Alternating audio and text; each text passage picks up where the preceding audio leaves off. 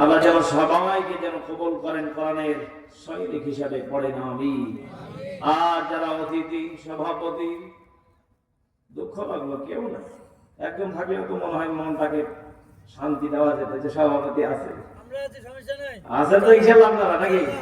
দেখ এটাই তো আমি চাচ্ছিলাম। হ্যাঁ, সাহস থাকা লাগবে কথা বলার জন্য। যারা এই যে এখানে দেখতেছি আমন্ত্রিত ওলামা ইকরাম এবং অতিথিবৃন্দ, আমন্ত্রিত অতিথিবৃন্দ প্রায় 1000 আছে। আল্লাহ যেন সবাইকে যেন কবুল করেন ইখলাসের নিয়তে। মন খুলে পড়ি আমিন, আরো যারা বলি আমিন। এখানে যতগুলো নাম আছে আমার তো মনে হয় এত মানুষই প্যান্ডেলে নেই, কি মনে হয় ভুল বললাম? আছে আল্লাহ, তাহলে আমার আশা তাহলে ভুল হয়ে গেছে ভাইজান, ভুল আছে না? ও তাই, আল্লাহু আকবার জোরে কোন। আল্লাহ নাকি আমাকে কবুল করছে, এই জন্য আসছে। আল্লাহ আলহামদুলিল্লাহ বলেন। এতগুলো অতিথির দরকার নাই। হ্যাঁ, আপনারা বলবেন হুজুর উঠে এতগুলো ভুল ধরলো না, ভুল টুল কিছু না। সম্মানী ব্যক্তি কয়েকজনের নাম রাখবেন, পোস্টারে সৌন্দর্যের একটা ব্যাপার সবার আছে, কারণ এগুলো করলে মানুষজন খারাপ নজরে দেখে। যেহেতু এখন বার্ষিক নতুন উদ্বোধন, ইনশাআল্লাহ আগামীতে আরো অনেক শিক্ষা আছে। আল্লাহ যেন আমাদেরকে কবুল করেন, পড়েন আমিন। আরো যেন বলেন আমিন। মন খুলে বলেন তো দেখি আমাদেরকে তাহলে আল্লাহ পাঠিয়েছেন, এতে কোনো সন্দেহ? আমি যে বিষয়গুলো নিয়ে কথা বলবো আপনারা মনোযোগ থাকবে তো ইনশাআল্লাহ? বলেন তো দেখি, আমরা যে দুনিয়াতে এসেছি, আমরা এখন যে জায়গাতে আছি এটার নাম কি? কেউ বললেন বাংলাদেশ, কেউ বললেন জান্নাতের বাগান। আমি যেটা বলতে চাচ্ছি এটার নাম হলো হায়াতে জিন্দেগি। কি বলেন? বলেন হায়াতে জিন্দেগি মানে যেটা মরে যায় ওটাকে বলা হয়। হ্যাঁ বলেন বলেন, বেঁচে থাকা জীবন। এই তো প্রশ্নের উত্তর দিতে হবে, আলোচনা বুঝতে সহজ হবে। অনেকে আছে ক্লাসে গিয়ে চুপ মেরে বসে থাকে, এই ছেলে সমস্যা কি? ও বন্ধুর কাছে গল্প করে দিল, সমস্যা। যে ক্লাসের ছাত্র শিক্ষকের সাথে কথা বলা বলি করে, আল্লাহ রাব্বুল আলামিন বলেন ওই ছাত্র সবথেকে ট্যালেন্ট হয়, মেধাবী হয়। কথা মিথ্যা বললাম মনে হয়? এজন্য একটা দিন এসেছে, কয়েক ঘন্টা সময় দিবেন, কথা বলার চেষ্টা করবেন ইনশাআল্লাহ। আল্লাহ রাব্বুল আলামিন বলেন দুনিয়াতে তোমরা যে জায়গাতে অবস্থান করতেছে এটার নাম হলো হায়াতে জিন্দেগি। আমরা দিক পেয়েছি, আমরা নির্দেশনা পেয়েছি, হায়াত থেকে ব্যাখ্যা পেয়েছি 5টা। কয়টা? 5টা হায়াতের ব্যাখ্যা পেয়েছি। আমি একটা একটা করে তুলে ধরছি, দেখেন তো দেখি চিনতে পারেন কিনা। আল্লাহ রাব্বুল আলামিন বলেন তাবারাকাল্লাযী বিয়াদিহিল মুলকু ওয়া হুয়া আলা কুল্লি শাইইন কাদির।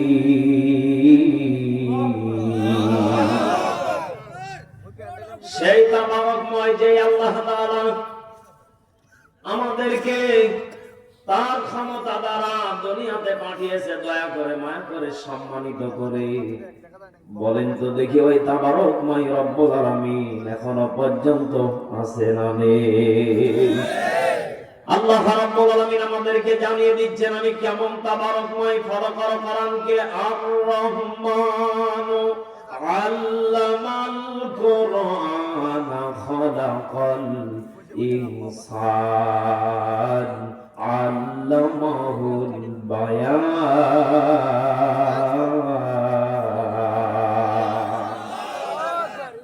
সূরা রহমানের ভিতরে পেয়ে যাবেন আল্লাহর একটা নাম আছে। আমরা যেটা জানি আল্লাহর নাম হলো আল্লাহ। এই কথা বলতে কেন? আল্লাহর কিন্তু আরো 99টা নাম আছে। কি আছে?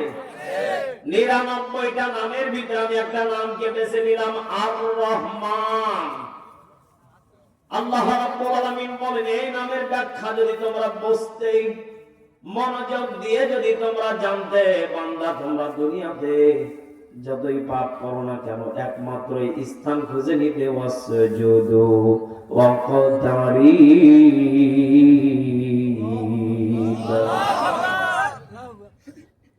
আল্লাহ রাব্বুল আলামিন এবার আমাদেরকে জানিয়ে দিচ্ছেন আর রহমান ব্যাখ্যা আমি যখন জেনেছি অশেষ দয়ালু। কি বলেন বলেন? আলোচনা কিন্তু নোট করে বাড়ি পর্যন্ত নিয়ে যেতে হবে, পারবেন তো? তাহলে আর রহমান অশেষ দয়ালু। আচ্ছা বলেন তো দেখি, অশেষ দয়ালুর ব্যাখ্যাটা আমি কি একটু ক্লিয়ার করে দেব? দেখো, বন্ধু কিন্তু ভালোবাসে, বান্ধবীও কিন্তু ভালোবাসে, প্রেমিকাও তো ভালোবাসে, মাও তো ভালোবাসে, বাবাও তো ভালোবাসে, ভাই ভাইকে ভালোবাসে, বোন ভাইকে ভালোবাসে, বনে বনে ভালোবাসা, কত প্রেমিকা প্রেমিকা মহব্বত। বলেন তো দেখি, সবার ভালোবাসা ভিতরে স্বার্থ থাকে, কিন্তু একজনই ভালোবাসেন আমাদেরকে নিঃস্বার্থ ভাবে, তার নাম কি? আমি তো আমার এই ছোট্ট জীবনে আমি আমার মায়ের দিকেও তাকিয়ে দেখেছি, স্বার্থ আছে। এখানে অনেক পাগল বসে আছে, কিসের মায়ের আবার স্বার্থ? কি মায়ের স্বার্থ নেই? তোমার মতো যদি একটা যুবক বাড়িতে বসে থেকে মায়ের খায়, বাপেরটা খায় আর শুয়ে থাকে, মা বলবে তোর মতো পাঠার দরকার নাই, পাড়া বাড়ি থেকে কথা হয় না। গায়বান্ধা ভাষা বাস করবো সব বাড়ি বাহে। একটু ভালো করে বোঝার চেষ্টা, ভাষা কি বুঝতেছেন আমার? তাহলে মাও কিন্তু একটা স্বার্থে ভালোবাসে, আমার সন্তান বড় হবে, আমার সন্তান ডক্টর হবে, ইঞ্জিনিয়ার হবে। মারও একটা স্বার্থ আছে, বাবারও একটা স্বার্থ আছে, আমার সন্তান দুনিয়াতে জন্মগ্রহণ করবে, আমাকে মা বলে বাবা বলে ডাকবে। এখানে আমি আর একটা বিষয় ক্লিয়ার করে দেই, আল্লাহরও কিন্তু একটা স্বার্থ আছে, কিন্তু আল্লাহর স্বার্থটা হলো ছেড়ে দেওয়া। কি দেওয়া বলেন বলেন? আল্লাহ যদি আমাদেরকে হুকুম করতেন, এ বান্দা জোর করে নামাজ পড়া লাগবে, বলেন তো এরকম কোন আইন করেছে আল্লাহ? বলেন বলেন? কিন্তু মা বাবা কিন্তু জোর করে, কাজ করে খা, না হলে বাড়ি থেকে বের হয়ে। ওয়াজ কি বুঝতেছে? আচ্ছা বুঝতেছেন তো? মাস্কটা খুলেন, চিন্তা করতেছেন আপনার? হ্যাঁ এবার ঠিক আছে, নুরানি চেহারা, ভয়ঙ্কর ভয়ঙ্কর লাগতেছিল, এবার ঠিক আছে, ওটা খুলে রাখেন, মাস্ক দাড়ি সুন্দর লাগতেছে। এবার ভালো করে বোঝার চেষ্টা করবেন। তাহলে বলেন তো দেখি, আল্লাহ আমাদেরকে ভালোবাসেন, আল্লাহর একটা স্বার্থ আছে, কিন্তু আল্লাহর স্বার্থটা ব্যতিক্রম। কথা বলেন। আল্লাহ বলেন, আমি বান্দা তোমাদেরকে ছেড়ে দিয়েছি, তোমাদেরকে দুনিয়াতে উন্মুক্ত করে দিয়েছি। বান্দা কিভাবে উন্মুক্ত করে দিলাম বান্দারে? আর রহমান, ও বান্দা তুমি যে বিড়ি খাও, বলো তো দেখি এটা কি আমি আল্লাহকে মানে খাও? বলেন বলেন? যারা বিড়ি খান, এটা কি আল্লাহর অনুমতিতে? হ্যাঁ বলেন বলেন? যারা সুদ খান, এটা কি আল্লাহ অনুমতি দিয়েছে? যারা ঘুষ খান, এটা কি আল্লাহ অনুমতি দিয়েছে? যারা প্রেম ভালোবাসা করে, জেনা করে, আল্লাহ অনুমতি? এবার মন খুলে বলেন তো দেখি, আল্লাহর অনুমতির বাহিরে গিয়েছেন আপনি? আল্লাহ যদি আপনাকে বাধ্য করতেন, ও মুসলমান, আর রহমান যদি আল্লাহ না বলতেন, সেকেন্ডে সেকেন্ডে বিড়িখোর সুদখোরের মৃত্যু দিতেন কে? আল্লাহ বলেন, আমি তো ওই জায়গাতে ধরা খেয়ে যাই, আর রহমান। আল্লাহু আকবার বলেন। আল্লাহ বলেন, আর রহমান, আমি যখন পরিচয় দিয়েছি অশেষ দয়ালু, দয়ালুর ভান্ডার, বান্দা হাজার পাপ করলেও আমি আল্লাহ সেখানে রহমতের দয়া দ্বারা, চাদর দ্বারা ঢেকে রাখি। বান্দা তোমার গুনাহের খবর কেউ জানে না, তোমার গুনাহের খবর আমি আল্লাহ জানি। বৃদ্ধ হয়ে গেছে, এখনো রাত্রে গোপনে কোথায় যাও, কি করো, কোথায় কি খাও, আমি আল্লাহ এখনো জানি। কিন্তু আমি তোমাকে মানুষের সাথে তোমাকে যেই ব্যবহার গুলো করাই, বান্দা তোমাকে আমি এটাই বোঝাতে চাই, সময় শেষের দিকে এখনো দিন আছে, ফিরে আসো। কলিজার টুকরা বাবাজিরা বলেন তো দেখি, তাহলে আমি হায়াত থেকে ব্যাখ্যা পেয়েছি কয়টা? বলেন বলেন? 5টা ব্যাখ্যা পেয়েছি। 1 নম্বর ব্যাখ্যার নাম হলো রূহের জগৎ। কিসের জগৎ? রূহের জগতে আমরা যখন ছিলাম, বলেন তো দেখি, মনে হয় আব্দুল্লাহ আব্দুল করিমকে চিনতো? এই কথা বলেন না, কেউ চিনতো? তাহলে রুহের জগতে আমরা যখন ছিলাম কেউ কাউকে চিনত না, পরিচয় ছিল না, পরিচয় কারো ছিল না, কে কোথা থেকে আসলো। ঢাকাতে গেলে ঢাকার মানুষের সাথে এখন মায়া জড়িয়ে যায়। নওগাঁ থেকে গাইবান্ধাতে আসলাম, গাইবান্ধার মানুষের সাথে মহব্বত হয়ে যায়।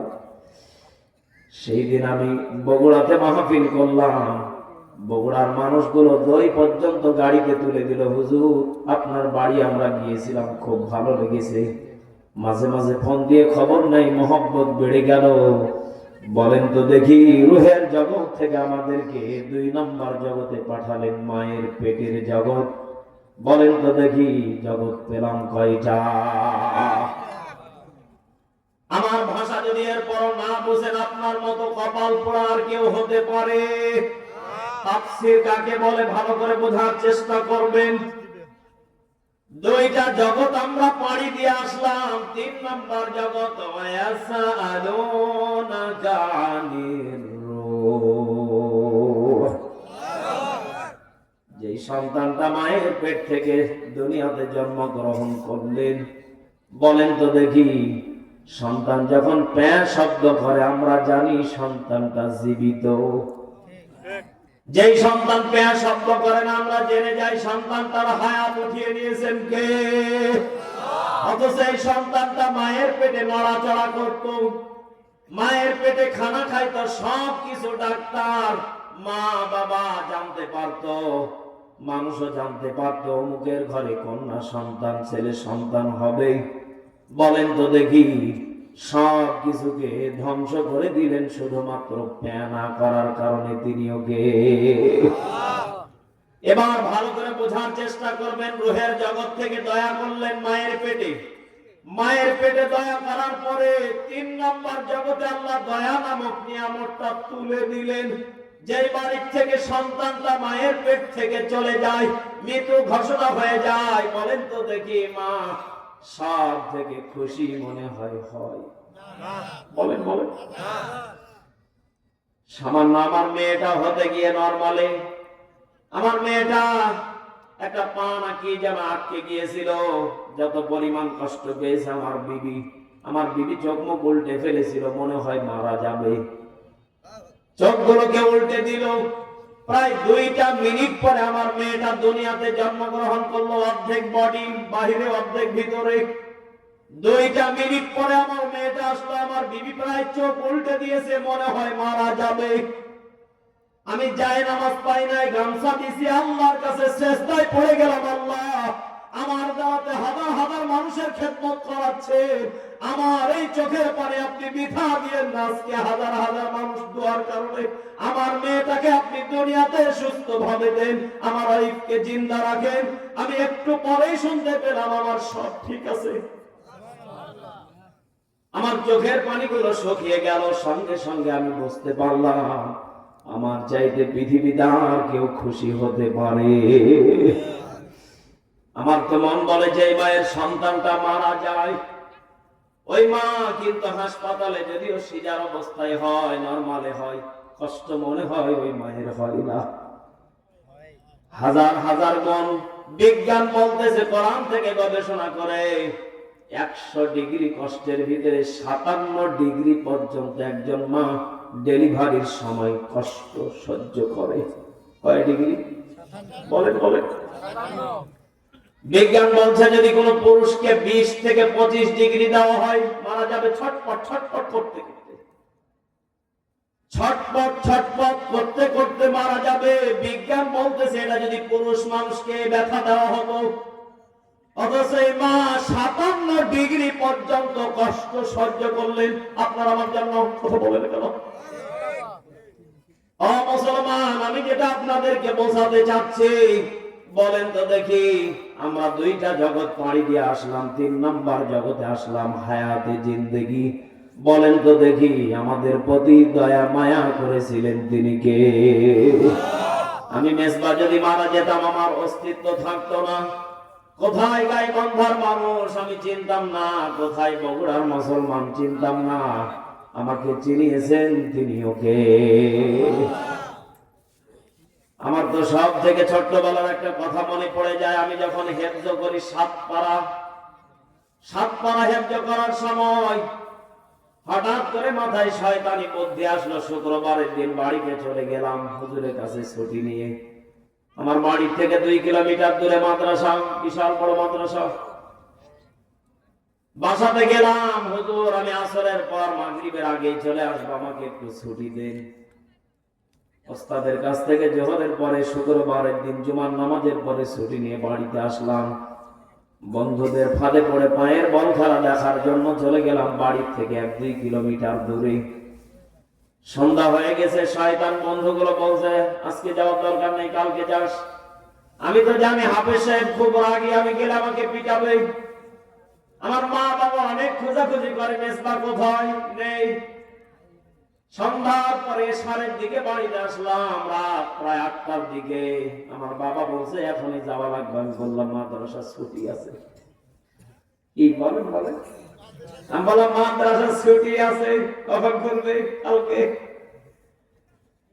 আমার মা বলতেছে না, এটাও মিথ্যা কথা বলতেছে, ওরা একটু শাসন করে নিয়ে যান। আমার বাবা নরম সরম মানুষ, বলতেছে না, যখন বলেছে থাক কালকে ওকে নিয়ে যাব। রাত্রিবেলা ঘুমিয়ে গেলাম, সকালবেলা বাবা বলছে চলো মুরগি বিক্রি করতে যাব। সাইকেলের পিছনে তুলে নিয়ে বাবা আমাকে মাদ্রাসার সামনে নিয়ে যান। বলে বাবা মুরগি কোথায়? বলে এখানে। এটা মাদ্রাসা? বলে এখানে। আমার তো ভয় ঢুকে গেল, হুজুর তো আমাকে পিটাবে, হুজুর তো আমাকে মারবে, হুজুর তো আমাকে পিটাবে। আমি এই মনে করে বাবাকে বললাম আপনি আগে গিয়ে হুজুরকে রাজি করেন, বাবা এসেছিল মাফ করে দিলে ঢুকবে। আব্বা গিয়ে বলতেছে ঠিক আছে। আমি শুনলাম, আমি যখন হাত দিয়ে ইশারা করব চলে আসার জন্য, চলে আসবে। বললাম ঠিক আছে। সাইকেল নিয়ে দাঁড়িয়ে আছি বট গাছের নিচে। আমার বাবা হুজুরকে রাজি করালেন, কারণ যে হুজুর ছিল ওই হুজুর বাড়ি চলে গেছে, নতুন হুজুর একটা এসেছে। আমি যদি এ কথা আগে জানতাম তাহলে তো আমি দৌড়তাম, মারতাম না। যখনই বাবা বলছে চলে আসো, আমি মনে মনে চিন্তা করলাম গেলেই পিটাবে, কারণ মাদ্রাসার নিয়ম আছে বাবা যাওয়ার পরে কিন্তু সাইজ করে। এই কথা বলে দেখো, আমি কি বোঝাতে চাচ্ছি খালি একটু খেয়াল করে দেখেন, হিসাব মিলবে। আমার বাবা আমাকে ডাকতেছে বাবা চলে আসো, আমি মারলাম দৌড়। 2টা ছাত্র আমার পিছন পিছন দৌড়, শর্টকাট বলি ধরে নিয়ে এসে মাদ্রাসায় ঢোকালো। দেখি নতুন হুজুর, মনটা খুশি। হুজুরই আমাকে বলতেছে বাবা যাই হোক এবারের মতো মাফ করে দিলাম, এরপরে যদি এমন করার নেওয়া যাবে না, কারণ বড় মাদ্রাসার নিয়ম কানুন একটু ভিন্ন। এবারের মতো মাফ করে দিলাম। কিন্তু ওই যে দৌড় মারলাম, আমার বাবা আমাকে রাস্তাতে তুলে এক ঠেকনা মারিছিল। কয় ঠেকনা? ঠেকনা বুঝেন তো? হ্যাঁ, এক আছাড় মারিছে, কাল্লাটা ধরে, ছোট না চিকন ছিলাম আরো, একটা আছাড় মারিছে। আমি মনে করি যে অবস্থা খারাপ। ওই দিন মনে মনে নিয়ত করলাম যে আর জীবনে মাদ্রাসা থেকে বাড়ি যাব না। আজও পর্যন্ত কোনদিন পালাইনি, যার কারণে এতদূর পর্যন্ত নিয়ে আসলেন কে? গাইবান্ধার মানুষ আমাকে চিনলেন, আমি আপনাদেরকে চিনলাম। এই সহযোগিতা আমার বাবার কারণে। আমার বাবা আমাকে যদি সেই দিন একটা আছাড় না মারতো, আমি মেজবার পরিচয় কথা বলো, হয়তো গানের জগতে থাকতো, হয়তো আমার জায়গাটা কোনো বন্ধু বান্ধবীর আড্ডাতে পড়ে স্কুল কলেজে থাকতো। যদিও আমি এখন বিশ্ববিদ্যালয় ছাত্র, কিন্তু আমার ওই জগৎটা হয়তো বিড়ি ঘরের সাথে হতো। কথা বলে না, হয়তো আমার জগৎটা আমার হাফ প্যান্ট পরা যে বন্ধুগুলো এখনো যারা হাফ প্যান্ট পরে তাদের সাথে হতো। ও মুসলমান, আমি আপনাকে এটাই বোঝাতে চাচ্ছি, শুধু দুনিয়াতে আসার নামই নিয়ামত মনে করলে হবে না, মাঝে মাঝে আসার খাওয়া দরকার আছে না? আসারের নাম কি? মাঝে মাঝে আসার খাওয়া। আসার খাবেন কি করে? ইবাদত করবেন 5 ওয়াক্ত নামাজ। মাঝে মাঝে যখন নামাজ মিস হয়ে যাবে মনকে প্রশ্ন করবেন, মন রে আমি তো মায়ের পেট থেকে জন্মগ্রহণ করার পরে আমাকে তুলে নিতে পারত, কিন্তু সে জায়গা থেকে আমাকে দুনিয়াতে পাঠালে। বলেন তো দেখি, যে 2টা জগৎ আমরা অতীতে রেখে আসলাম, রুহের জগৎ মায়ের পেটের জগৎ, লম্বা ছিল না খাটো ছিল? বলেন বলেন, লম্বা ছিল কি লম্বা ছিল না? হাজার হাজার বছর ধরে রুহের জগতে ছিলাম, মায়ের পেটে থাকলাম, এরপরে হায়াতের জগতে আসলাম। এবার বলেন তো দেখি, হায়াতের জগতে নির্দিষ্ট টাইম আছে না নাই? আছে? 20 বছর, 30 বছর, 50 বছর, সর্বোচ্চ 100। কত কত? আমাকে সেই দিন এক গণকদার দেখে বলছে, হুজুর আপনি 60 বছর বাঁচবেন। ওরে শয়তান, কয় বছর? আমাকে দেখে বলছে আপনি 60 বছর বাঁচবেন, এরপর আপনি মারা যাবেন। কত বড় শয়তান হলে আমার হায়াতের ব্যাখ্যাও দেয়। চিন্তা করেছেন আপনি? আমি যেইভাবে রোডে চলাফেরা করি, ট্রাকে মেরে দিবে দিবে ভাব, মনে হয় মরে গেলাম। সেখান থেকে উদ্ধার করেন তিনি কে? আরো যারা বলেন তিনি কে? তাহলে বলেন তো, হায়াত মউত কার হাতে? জগৎ পেলাম কয়টা? 4 নম্বর জগতের নাম হলো কবরের জগৎ। কি? যারা মনে করছেন মারা যাব না, মনে করছেন মারা যাব, চলে যাব, দুনিয়াতে যাই করি করি কবরে কেউ দেখবে না। দুনিয়ার আগুনে যদি কাউকে ঝাঁপ দেওয়া হয়, দুনিয়ার আগুনে যদি কাউকে ঝাঁপ দেওয়ার কথা বলা হয়, কেউ কি দিতে চাইবে?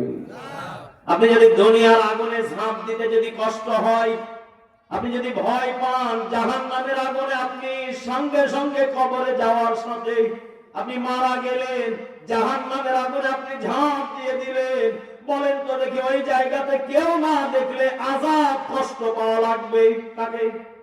নিজেকে। কথা বলেন। তাহলে আপনি বিবির জন্য হারাম কামাই করছেন, আপনি ছেলের জন্য হারাম কামাই করছেন, মেয়েকে খুশি করতে গিয়ে হারাম কামাই করতেছে। বলেন তো দেখি, কবর নামক জায়গা একা একে বানিয়ে দিয়েছেন কে? রঙিল এই পৃথিবী ছাড়িতে হইবে, সাদের এই দেহ মাটিতে খাইবে, শূন্য হবে জিন্দেগানি, কার লাগিয়া এত মায়া, এত চোখের পানি রে মন, কার লাগিয়া এত মায়া, এত চোখের পানি। ঠিক কিনা?